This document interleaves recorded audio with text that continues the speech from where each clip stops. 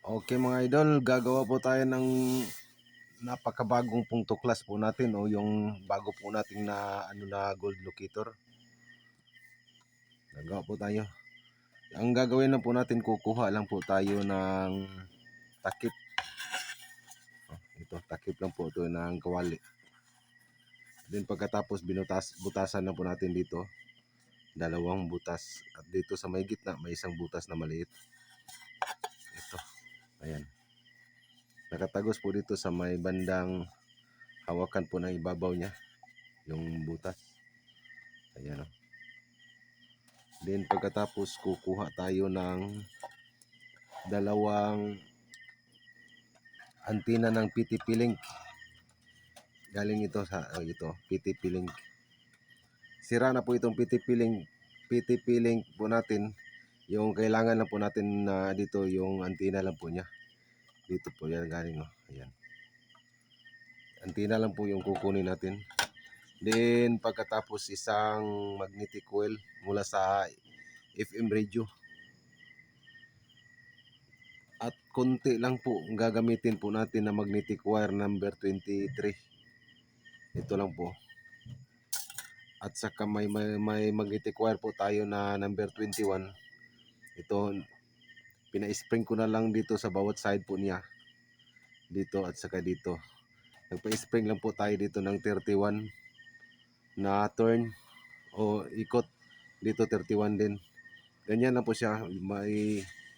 May puwang po dito sa may gitna kasi po ilagay po natin dito sa magnetic coil po yung nandito sa gitna po niya. At ito para po sa ano po niya sa antina ng bawat isa ng antina po ng PTP Link dot dito po nakalagay at saka yung isa dito. Ganyan.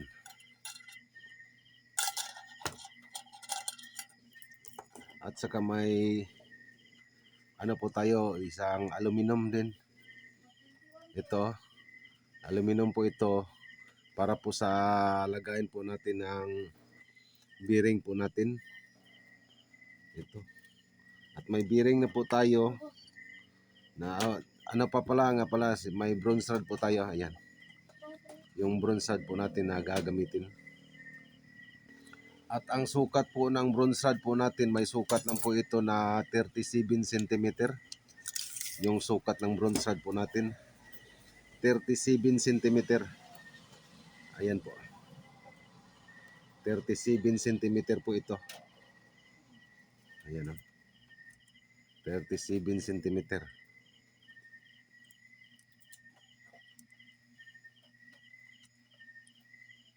Ayan. 37 cm yung sukat po ng bronze rod po natin. Ito. Okay. At yung handle po natin, ito, PVC pipe na 3/4. May sukat po o may taas po itong PVC pipe natin na depende lang po sa inyo kung gaano ka taas po yung gagamitin po ninyo na komportable po kayong magamit. Ito may sukat lang po mula dito. Hindi na po natin ito puputulin ha. May sukat po ito na 32 inches. Ayan. Opo 1 cm, 1 meters. 1 meter pala. Ayan. At ulit po, depende lang po sa inyo kung gaano kataas. Kasi po, ginawa ko tong mataas po yung handle po natin kasi ano lang po natin ito sa lupa. Hindi po natin ito hawakan po yung gamit po natin. Kailangan po naka ano lang po dito sa lupa itong ano po natin, handle po natin. At din iwan natin yung gamit natin na kusa lang siyang umikot kung saan po makaturo yung point direction po niya. Okay mga idol. Bago po natin pagsimulan po itong pag-rewind po dito, paki-subscribe naman po sa ating YouTube channel, Choy TV, paki-like, paki-share, at paki-click naman po sa notification bell para updated kayo sa mga bago pa nating video mga loads. Mga loads, in. Okay, shoutout ka pala sa mga kaibigan po natin, si Nelmordin TV, Sky TV, Don TH Bukidnon, si Sir Idol Netoy Easy, yung unang kaibigan ko dito sa social media ni YouTube. Okay, simulan natin mga idol. unang gagawin po natin, itong magnetic coil, ito po yung pag-ikutan natin dito ng magnetic wire number 23. Isang ikot lang mula dito, ay isang turn lang, ay isang patong. Na paglubos lang po natin, pag-ikutan po itong magnetic coil, at may yung sukat pala ng magnetic coil natin, may haba lang po ito na 4 cm. Ayan. Hindi na po maklaro po yung ano natin kasi medyo maluma-luma na po yung ano po natin, scale tip. Ayan. 4 cm lang po. Okay, simulan na po natin. Unang pag-ikutan po natin itong bronze rod. Mag-iwan lang tayo dito dito sa may bandang likuran po niya, mag-iwan lang po tayo ng 6 cm. Ayan. At dito, mula dito sa dulo 6 cm, at dito na po tayo magsimulang mag-ikot ng 187 na ikot. 187 na ikot ng magnetic wire. Ito. Tatlong patong po ito. Mag-ikot po tayo ng tatlong patong. Okay mga idol. Basta ulitin ko po. Hindi na po tayo magbilang pag mag-ikot na po tayo. Basta 187 na turn ng tatlong patong dito sa range po natin. Itong ginagawa po natin na bronze rod po yung gagamitin po natin pang range po dito. I-try po natin kung gaano pa yung kalakas po yung contact niya pag bronze rod ang gagamitin po natin. At may part 2 pa tayo dito. Papalitan natin ang bronze rod po natin, papalitan natin ng telescopic antenna. I-try lang po natin itong gaano pa ito kalakas. Ito pong ilagay po natin dito ng bronze rod.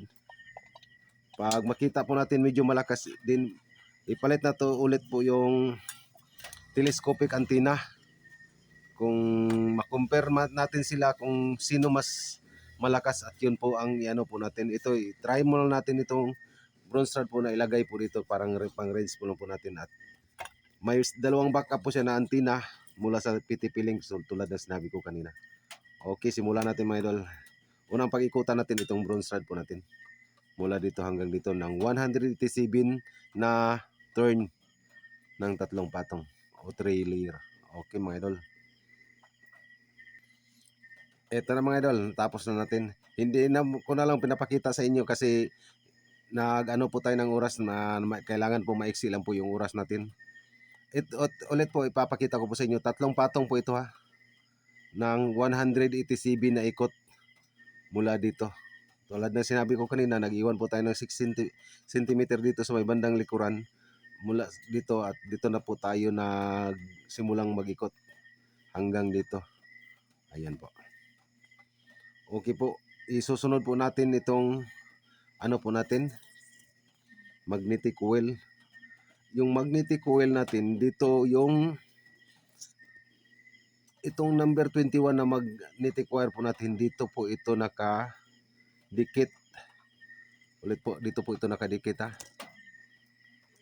At wag po ninyong i-skip yung video po natin para masundan po ninyo yung paano natin ginawa at paano natin i-rewind po itong magnetic coil po natin. Lahat ng video po natin, wag niyo i-skip yung video natin para masundan nyo lahat. Dito po nakalagay, dapat nandito po sa gitna yung magnetic coil natin. Then pagkatapos, ibaluktot natin to bawat side ng magnetic wire po natin na number 21. At kailangan po dyan, ganyan. Dito sa may bandang gilid, kita nyo ba yung magnetic coil natin? Nagaganyan lang po kakapal, medyo manipis po dito. At dito, ayan At dito po sa side na ito, bawat side na ito, nakalagay po yung magnetic wire po natin na number 23, ganyan po. Sa bawat side po niya. Ganyan.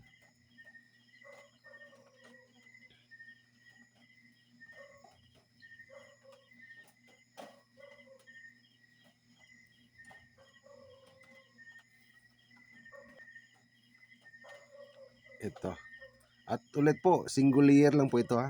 Hindi na po tayo magpatong nito ng magnetic wire na number 23. Ganyan lang po. Dapat mag-iwan kayo dito tayo dito sa may bandang ano po niya yung kabilang dulo ng magnetic wire po natin, ayan, kaya para po pang lock po natin mamaya. Then pagkatapos dito tayo magsimulang mag-ikot. Ulit po ilubos po natin pag-ikutan po itong magnetic coil po natin. Hindi na po tayo magbilang dito.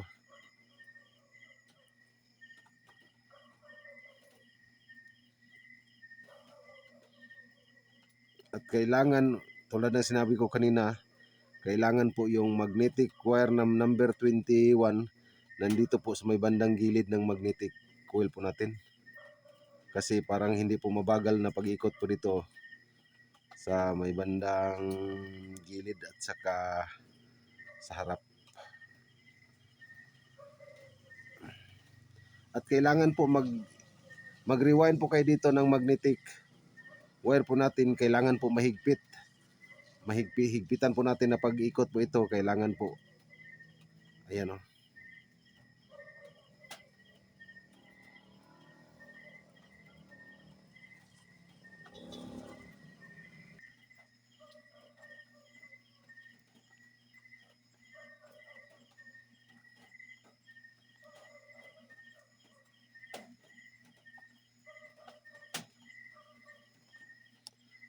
Ulit po mga idol, sa mga nagbabas po sa atin, itong ginagawa po natin, hindi po natin ipinagpilit po na paniwalaan ninyo. Basta sa akin lang po, kung may puso kang sa ginagawa mo at gagawin mo, kung anumang pakay po natin na gumawa tayo dito, pag wala kang puso, wag mo na lang ituloy.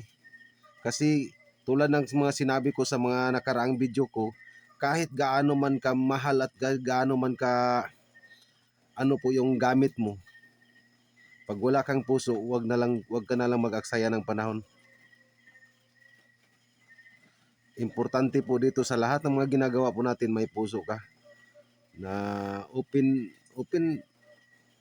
mind ka sa lahat ng bagay at sa mga kaibigan mo at mga kasama mo, at importante sa sarili mo. Itong ginagawa po namin, ulit po, hindi po namin ito po sa inyo, paniwalaan ninyo. Basta ginagawa lang po namin based lang po sa experience po namin. Hindi po namin ito ginagawa pag wala po kaming pruweba dito.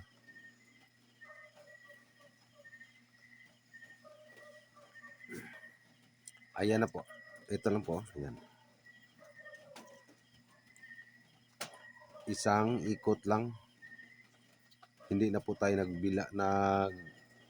patong dito ng pangalawang layer po niya. Ito. Sundan nyo lang ito para hindi po kayo Ayan. Then pagkatapos, isusunod po natin ang pagpasok dito. At itong po natin, dito po ito makalagay mga idol ha. Dito po ito makalagay sa may bandang likuran. Ganyan po. Itong po natin, yung rewind po natin. Yung connection pala dito, ipapakita ko po sa inyo. Yung naka-rewind po dito sa magnetic, sa bronze rod po natin, naka-rewind po na magnetic. Yung connection na po niya dito lang. At itong ginagawa po natin, pagpatong po dito, hindi po direkta po nakadikit po itong magnetic coil natin dito sa bronze rod po natin. Balutan po natin ito ng electrical tape para po sa hindi po, pag may current po na pag naglagay po tayo ng current po dito, hindi po siya basta-basta mag-grounded. Yung magnetic wire, siya lang po yung magmamagnet o magkukonekta dito sa bronze rod po natin mula dito sa magnetic coil. At yung magnetic coil natin individual po siya, naka-connection po yung dalawang po natin dito sa bawat isa ng PTP link antenna po natin. Dito po, bawat isa po dito po ito direkta nakadikit mula dito sa magnetic coil po natin. At yung itong magnetic coil po natin, ulit po, hindi po siya direkta makadikit po dito sa bronze rod po natin. Yun lang ang pinaka-importante. At itong ginagawa po natin para lang po itong yung parang sa nakikita po nyo yung mga parang ground, ito siya lang po yung magsasagap mula dito sa range po natin at sa dalawang ano po natin o parang heatsink o parang ganun lang po. Ang gamit po ang ano po nito, nakikita po nyo yung signal, siya lang po yung naka ganyan at may antinang kunti po dito para po yung parang tipiling po niya PTP o yung parang gano'n na po dito ang gagamit nyo po dito. Okay, ito po yung una nating gagawin. Ipasok muna natin ito yung bronze rod po natin dito sa gitna. Ayan, patagos dito sa kabila. Ayan, tulad ng sinabi ko kanina, yung magnetic coil po natin dito ito makalagay ganyan. Ayan, ganyan. At kailangan po balutin po natin ito ng electrical tape. Lagay muna natin itong ano po natin ito. Lagay muna natin dito yung parang cover yung rubber. Ayan, yan. Ayan. Then pagkatapos ito ilagay natin ito dito. Pasok natin dito. Ayan.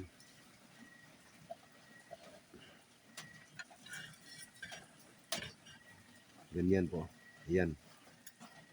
Then pagkatapos maglagay naman tayo ng isang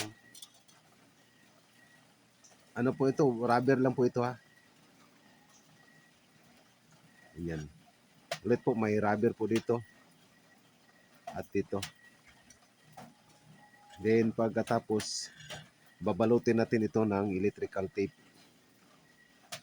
para po hindi po direktang na makadikit po yung magnetic coil po natin dito sa bronze rod.